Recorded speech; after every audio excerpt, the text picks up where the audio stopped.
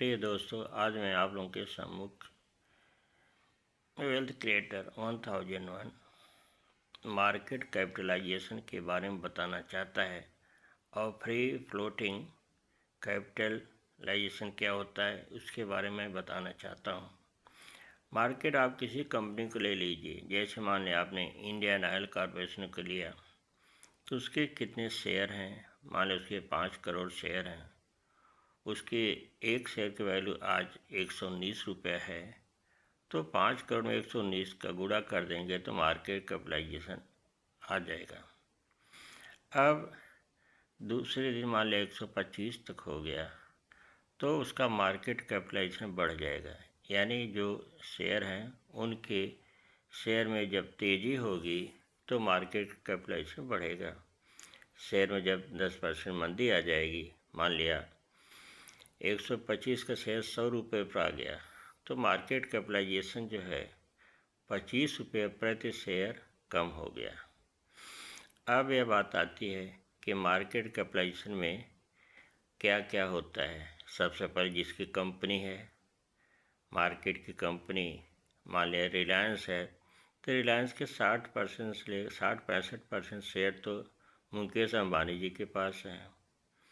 1% share institution ने खरीदा है, LIC और बड़े प्लेयर, EFI ने भी निवेश किया है।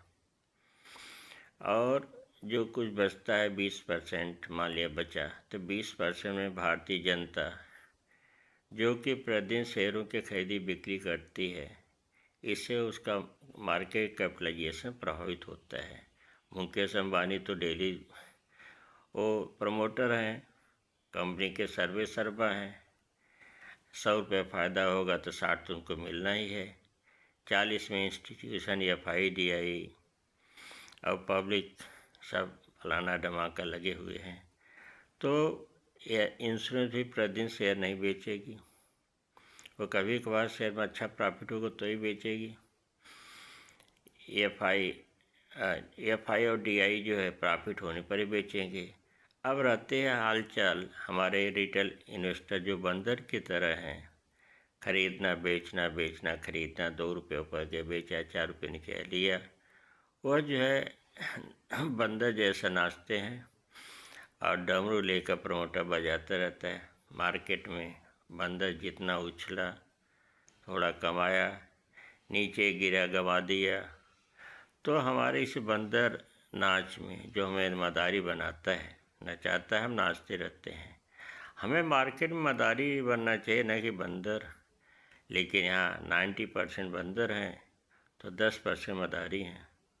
मदारी नचाएंगे, माल कमाएंगे, बंदर नाचेगा, कभी थोड़ा कमाएगा, कभी ज़्यादा कमाएगा, कभी सब गवा देगा। तो मैं चाहता हूँ कि आप लोग मदारी न बने, भले जो शेयर को होल्ड करें लॉन्ग टाइम के लिए। मेरे कहने का आशय यही था कि आप बंदर बन के बार बार उछल कूद न करें।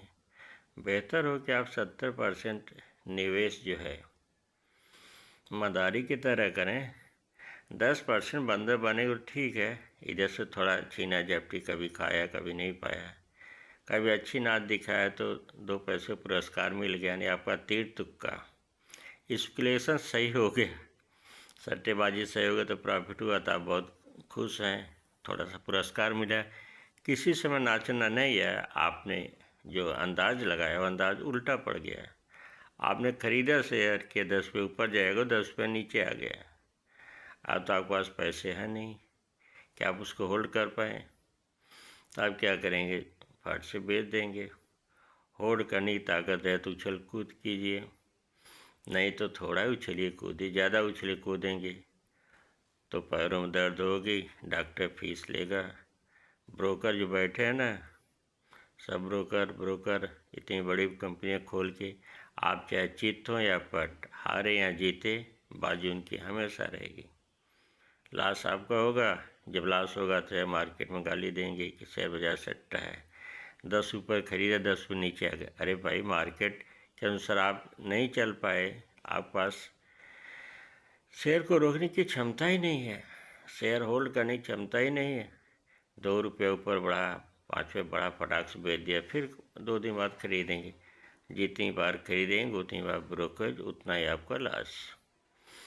कम से कम अगर आप इंट्राडे करें तो एक ट्रेड 2 ट्रेड ले बस। आप बार बार एक बार 2000 कमा 2500 बनाने की इच्छा, फिर ट्रेड कंटिन्यू रोबस्ट ट्रेडिंग कर रहे हैं तो अपने पैसे को जला रहे हैं। जलाइए, ब्रोकर खाएगा, सरकार लेगी, वो तो कहेगी आप बार बार दिन भर ट्रेडिंग करते रहें और सारे पैसों को 1,20,000 जो है 1,00,000 2 लाख का 5-6 महीने में स्वाहा कर देंगे। 50,000 तो 2 महीने में चला जाएगा अगर आप रोबस्ट ट्रेडिंग किया।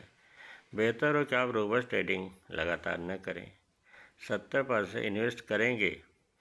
बड़े बड़े प्रमोटर लेके बैठे हैं 60% माल, वो ट्रेडिंग उनको मिल रहा है, आपका पास 0.00% यानी लाखों हिस्सा है, तो आप इतने गर्म हो गए हैं, लगातार पैसों को जला रहे हैं। जलाइए, आप जलाएंगे तो कोई पाएगा।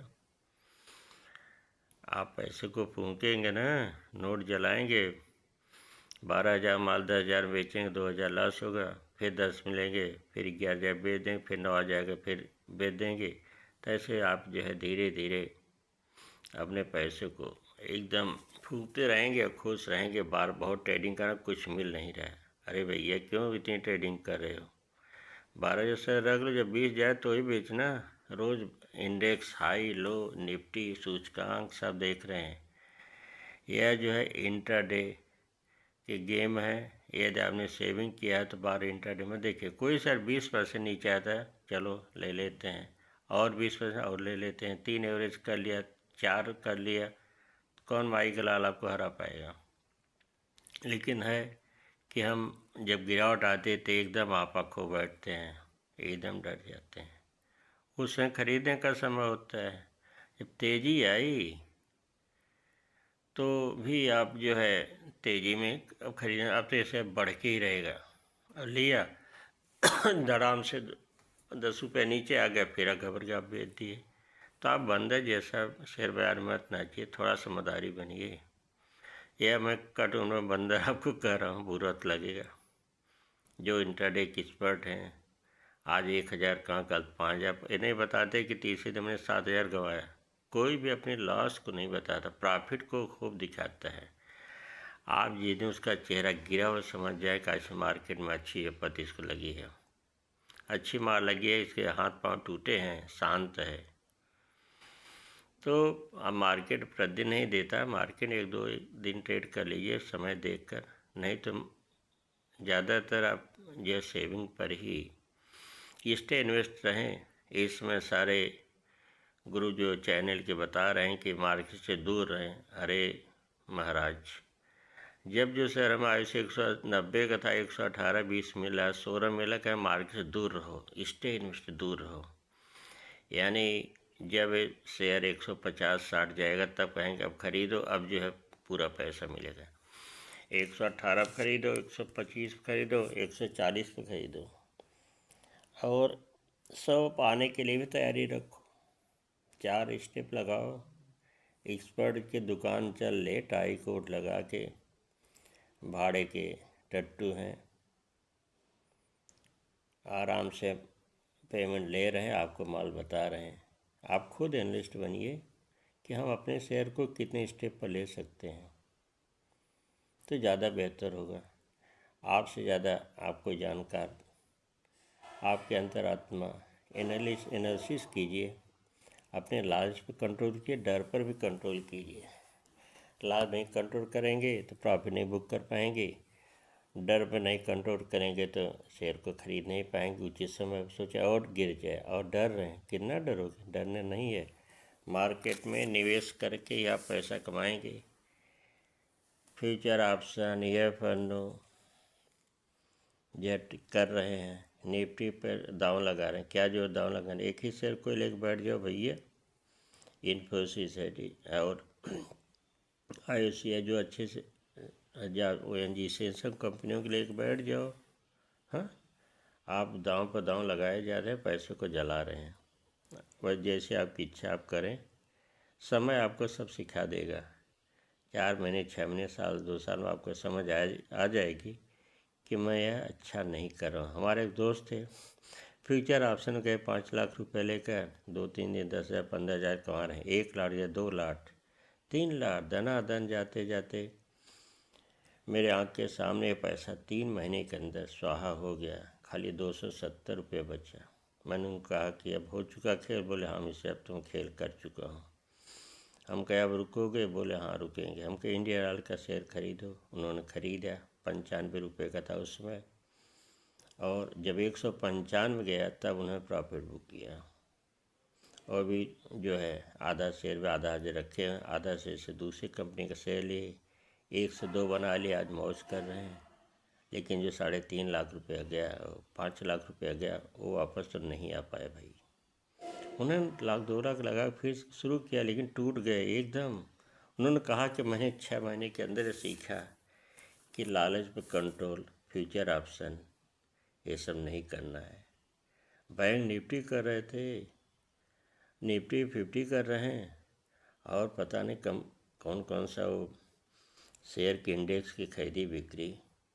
आज 5,000 मिला, कल 3,000 गया, परसों 10,000 आया, परसों 25, जाते जाते जय हिंद हो गए। सारा पैसा समझ मेरी आंखों के सामने 90 दिन में, 3 महीने में। फिर जो है पुनः मुस्कुबा होकर आ गए मार्केट में।